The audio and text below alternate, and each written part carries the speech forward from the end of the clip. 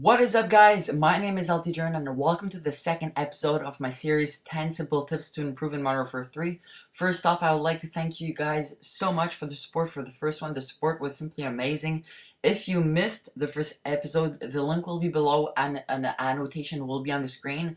A lot of you guys asked me for more advanced tips, so I tried to find some so I hope that you guys will enjoy. So let's start right now. So first off, the first tip is to always make sure to have a large angle of view when you enter a place. I see a lot of people when I play with my real life friends at their place, I see a lot of them like just go straight to the place they want to go when they enter a building. What I prefer doing and what is way more efficient is to enter the building but with a large angle of view while walking. This gives you a better chance of seeing the enemy players. So here, first off, you see an example of just a normal player just running in the main building on arcade and just without having a large angle of view. And now the second example is to show you guys with a large angle of view. I'm taking my time, even if I want to go to that head glitch, checking the door, I still take my time and have a wide angle of view. Now for the second tip, never go prone around a corner. I see so many players, mostly on Search and Destroy, trying to go prone around the corner to not draw attention to them. Doing this is actually really bad for so many reasons. First off, when you go around the corner, the enemy will see your feet and your legs before your head actually sees them. Secondly, your head is the first thing in the way of the enemy's bullets. So as soon as he starts shooting you, if he hits you, he's going to hit your head first. That means that you're going to die faster. What I prefer doing is either just leaving the gunfight, just go away and try to find another gunfight, or if you absolutely like have to cross that area, either like jump to the other side of the wall or of the door, or last option is run across the wall or the door, running your head down. The enemy won't expect it and you will easily be able to pass without being killed. After that, don't waste your stun or flash time. I know so many players that when they get stunned or flashed, they just wait there and it seems that they wait for their death. What I prefer doing is actually use that time to my advantage. So first off, what I do, for example, when I get flashed, I try to remember where are the objects nearby. Even if I'm flashed, I can remember that. Go prone behind a cover, then reload in case my gun wasn't fully loaded, and finally throw a flash or a stun back at the player who flashed me. I find that this technique is really efficient because often it will stop the enemy from moving forward and trying to kill me, and I'm behind cover and prone, of course. And when I get out of the flash time, if you want to call it like that, your gun is ready and loaded for the gunfight. So here is another example in the dome. I'm just waiting here, camping, and I'm gonna get flashed. So what I do is go prone in the corner, trying to move right the most possible, reload my weapon. I'm gonna get flashed again. Even if I don't win the gunfight, it doesn't matter because I used that time to my advantage.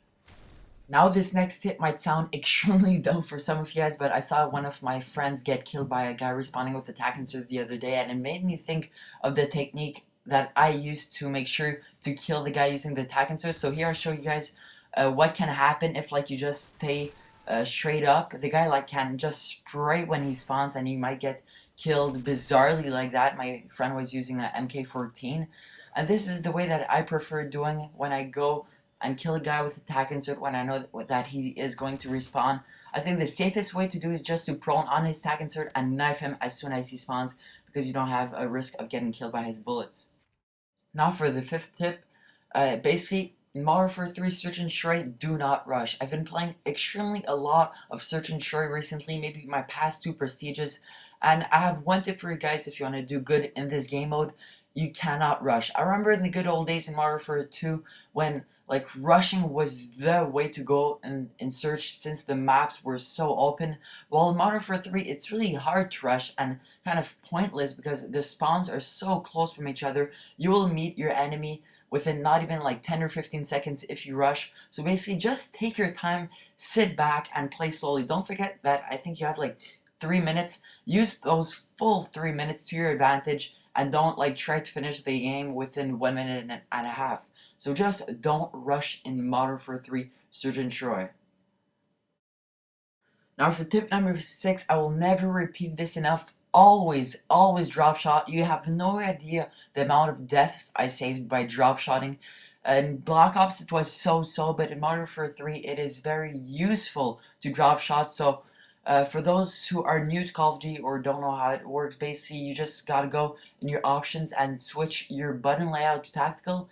This will switch your crouch prone button from B to your right joystick so that you can control all of your movements with your right and left joystick. And I don't really have a good example to show you guys. I forgot to record one, but this is the only example I have. Uh, this honestly, drop shot saved my life in this example, but honestly, it will save your life so many times. So always drop shot. For tip number 7, this tip only applies for people using assault point streaks or kill streaks, however you want to name them. Recently, I discovered that running lower kill streaks or point streaks actually gives you better scores. I don't know if this is only for me. I'm giving you this as a personal tip, but before in any other Call of Duty and in Modern Warfare 3, I was always trying to get those amazing scores like 100 plus kills by running those very high point streaks or kill streaks. But recently I discovered that running lower kill streaks is actually first off way more fun and gets you a lot more kills. Like I can get a better game if I run UAV, IMS, and attack chopper, for example, because I don't know, it makes you rush more and less think about your score. I don't know if this tip will work for everyone, but I strongly suggest you to try it out and let me know in the comments if it works. Now for the 8th tip, stop sprinting around corners. A lot of players like just sprint everywhere and don't stop running until they see someone. What I prefer doing, and I know that a lot of my friends do it, is that when you like sprint and go from a place to another, if you're just searching for players, stop sprinting or around corners and take your time and just walk.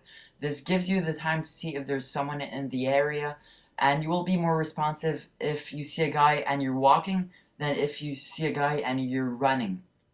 So your response time will be better, and this, as I said, just gives you the time to check if there's people in corners or people around doors or in the hallways or whatever. Now for the before last tip, this one is kind of hard to explain, but in TDM, always try to be the furthest away from your teammates. So many of my friends are surprised and always ask me, how do I get so many kills in every TDM game that I get? Like getting 20 kills or 25 kills in a TDM is so easy for me. Well, basically my trick, it's kind of hard to explain as I said, but it's always to run away from your teammates. This way, you will be closer from the spawns of the enemy, because since most of your team is at one spot, well, the enemy, of course, will not spawn over there, so they will spawn at the other end of the map where you're trying to go, and this way you will be able to flank and get all your kills by yourself and not get them stealed by your teammates. Sorry. So that was basically the tip. Just it kind of takes time to adapt to, but I hope that it will help you.